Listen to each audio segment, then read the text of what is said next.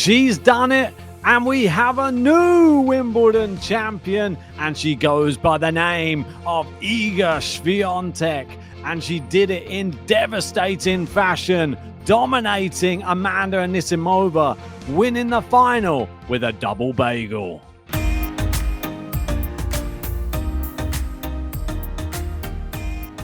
That's right, and before we go anywhere, make sure you've hit a like and subscribe to the channel. Let's get stuck into this. I watched this quite a few hours ago. I was out for the day, watching it outside in a bar and watching the whole thing unfold. And there's been a lot of mixed emotions about this whole final, not just from myself, from many people out there. And I'm going to take you through. I've been on sort of a roller coaster of emotions, not really knowing how to take this. My initial reaction to this result as the match was playing out, and I was saying it just before it started, this could be a final that could be over very, very quickly. And that's what I was saying just before it started. And my big concern was it was the first ever slam final for Anisimova. And it's Iga's, well, she's been in the final, what's that, 6 slam finals. She's got the experience. And when Iga's on, like she has been this whole entire tournament, if you don't play your best tennis, you know what Iga can do to you. And that's just a given for anybody on the tour. I don't think it even matters who you are. You could be even inside the top 10, top 5. If you have a really off day, Iga will double bagel you, and that's just a fact. That's how good Iga Swiatek is. Credit to JG. He is the one who predicted Iga Swiatek would win Wimbledon this year. So well done to him. He had an absolute stormer with his bracket, and well done. A great prediction. Will he get the double? He's gone for Jannik Sinner in the men's. We'll find out tomorrow on that one. But let's go through some of the other reaction on this. I mean, as it was going on, when you just saw the way the match was sort of playing out, I thought maybe it's just the first set. Maybe she's going to take a little bit of time to get into it. Just obvious nerves. It's going to be your first slam final. You're obviously going to be a little bit nervous. But there just was nothing coming off the racket of Anisimova. Nothing at all. There was like maybe 1 point per game. And I was saying during the match, if you are going to beat Iga today, you're going to have to string together at least 3 or 4 points in a row. Otherwise, there's no hope. You can't even get a game on the board. And the more games she lost in a row, it seemed like the walls were closing in. It was not, I would say it was not that exciting. I'm not gonna blow anyone's mind by saying that. This was a final that was over in less than an hour. And for everybody who paid money to go and watch a Grand Slam final at Wimbledon today, I mean, you saw history, but I don't think it's really what you were hoping for. You were probably hoping for a bit of an epic one, like the Roland Garros final. Coco Gauff won that one. That was an epic final. Brilliant. This one, I think this is just sometimes what you get when you get Iga playing against somebody who's in their first slam final. We've seen her do this to other people in slam finals as well. So it's not that surprising. And that's why, as harsh as I want to be in my mind for the performance from Anisimova, I don't know, there's part of me that just doesn't think that it's that crazy that this has happened. And that's credit to Iga that she can do that to players. And it doesn't seem that abnormal. There's probably a lot of people around the world watching tennis who only watch the slams and probably are watching this one and watch the whole tournament. Maybe it's their first slam they've ever watched and they saw Anisimova come through. She's just beating the world #1 Sabalenka. Can she now beat Iga Swiatek? And they're probably getting on the hype train. They probably don't even realize how good Iga is on her day. And just because Iga's had some wobbles, dropped down the rankings a little bit, I think on her day, when she plays her best tennis, if you don't play yours and you don't play, if you don't play deep in the court and you don't play aggressive and you don't really hit the ball hard, you leave it mid-court, you're a goner. That's just goes for anybody on the women's tour. Nobody is hitting the ball mid-court against Iga and coming away with a victory. But that's sort of my takeaway from the match, really. There's not that much to dissect other than the fact that Anisimova looked like a deer in the headlights and never got her game going. And Iga just looked brilliant. There's nothing more to it. She looked great. She played as well as she needed to. Didn't have to go above and beyond. And it was the most comfortable match of her whole entire Wimbledon campaign. And there she is. Well done, Iga. Because I don't want this to be really about the scoreline at all. I don't think it really should be so much about it. I know that there's a lot going to be dramatized about, oh my God, it's a double bagel in a slam final, which is shocking. But it should be about Iga winning on grass. She just won her first Wimbledon title. This is huge. This is somebody who was notably struggling, and grass was her worst slam surface. So to go from that to now being Wimbledon champion and doing it in pretty dominant fashion as well. I think she only dropped, one set on the whole way, and it was Catty McNally, I think, was the one who took it off her. I think brilliant performance. And now, 6th career Grand Slam title. She passes Sharapova and Hingis and 1 away from Venus Williams, Goolagong, and Justine Henin. And she's only 24 years old. What a joy. I love when we get dominant players at certain events. And could Iga become now, because she seems to have worked it out. I think that was the one thing that we were just waiting for. She worked out, obviously, the clay. We know she can play on the clay. But now she looks like she's got the timing down on the grass. And not just the timing. It looks like she's handling the speed of the courts well. She's changed her service action just to be able to play on the grass. So she's doing things just to be able to try and win this tournament, which I think is brilliant. And I love the fact that she's giving Wimbledon a lot of attention because she obviously wants to win it, like, dearly. This result, as crazy as it is, it's only happened once before, and this was a long time ago. In Wimbledon history, it last happened in 1911. There was a double bagel in the final, and the other one in a slam final was 1988 French Open final as well. Yeah, it doesn't happen very often. Iga, after winning, look, she was congratulated there by Kate. Great to see her, the Princess of Wales. She always makes an appearance at Wimbledon. And somebody else who was there who, Iga's a massive Friends fan, Courtney Cox there. And she goes over and she gives Courtney Cox a hug as well after winning Wimbledon. I mean, does it get any better? Your day, you've already just won a nice, comfortable victory. Then you get to meet Courtney Cox. Then you get to celebrate also with the Princess of Wales.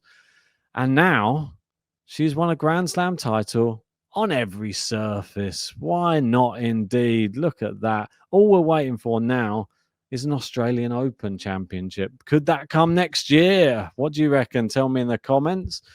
It's highly possible. If she's now managed to adapt her game on grass, which is a very, very fast surface, then at the Australian Open, maybe she can use some of the tactics and some of the gameplay she's using at Wimbledon at the Australian Open too. She's been deep at the Australian Open. She's just never got it over the line. But maybe now is the time. As you can see here, she's made 2 semi-finals in Australia. The French Open, she has won 4 times. Wimbledon now, that's her first. And the US Open, obviously, back in 2022. Yeah, that's great. 6. Still an opportunity. A good year so far. A semi-final, and a championship at Wimbledon. Can she add the US Open as well? we've got to speak about Anisimova as well in this, because as much as all the words going around my head was, I just thought at the time, I'll be honest, thought it was embarrassing. That was my initial thought when I was watching the match. I thought, this is the biggest stage that you can possibly play, really, in tennis. You've got all the way there. You've got millions of people watching. You've got friends, family. You've flown your mum in for this match. All of that, all of the above. And that was the performance. And I think her emotions, I think it was, even though it was sad, I think it was like quite a impactful thing to have to witness after such a crushing defeat, was just having to see her then hold it together, which, yeah, it was brutal. It was very, very brutal. I felt for her a lot, because I just think that's no way anybody wants to spend their first Grand Slam final. You want to sort of go away proud after your performance. Obviously, she can for the tournament, but for the final, hopefully there'll be another. Hopefully she'll be able to play a bit better. It sort of gave me a little bit shades of Ons Jabeur when she lost in the final and she just didn't turn up. I mean, it was probably worse than that one, to be honest, because of the scoreline. But Ons Jabeur on that day, you could see her emotions, because she just knew she completely bottled it, completely threw it away, didn't play her best tennis, nowhere close. Nerves got to her. And that's what happens sometimes. So, and well, will Ons Jabeur get back there? And Anisimova has more time, and she is a quality player. She said in her post-match press conference that it was, fatigue. She's obviously not used to going deep in slams. By the time she got to the final, she said she was having to take breaks even during the warm-up after rallies, which that's a terrible sign, really, if you're having to take a break in the warm-up. It's just one of these. It's a really tough one, because I don't want to really be too harsh on her, but I feel that she has to take some accountability for the performance as well, because you are a professional tennis player. And I thought that she played brilliantly in the semi-final. Obviously, the semi-final is a big moment too. She's playing the world number one. She managed to get it over the line. I don't think Sabalenka played particularly well, but you still had to get it over the line. But I don't think Iga gives you those opportunities. This is what she said anyway in the post-match interview. She said, "My mum, who flew in this morning, I would definitely not be standing here." And then obviously just broke down in tears. And then said, "Yeah, guys, I'm so sorry. A few more words. My mum is the most selfish person I know. She's done everything to get me to this point in life. Thank you for being here." And breaking the superstition of flying in. It's definitely not why I lost today. Yeah, I'm so happy to get to share this moment, for you to witness this in person, which I wish it had been a better match. I don't know. I know you don't get to see me live playing that much anymore, because you do so much for my sister and I. You always have. I love you so much. And yeah, it was pretty heart-wrenching, to be honest, watching her give this speech. I think Ben Lewis says it very well. Match point Canada. No other sport on earth but tennis makes you stand up in front of millions following the toughest loss of your life to talk about it. Huge credit to Anisimova for showing class, grace, and this level of poise through the tears. No chance I could do it.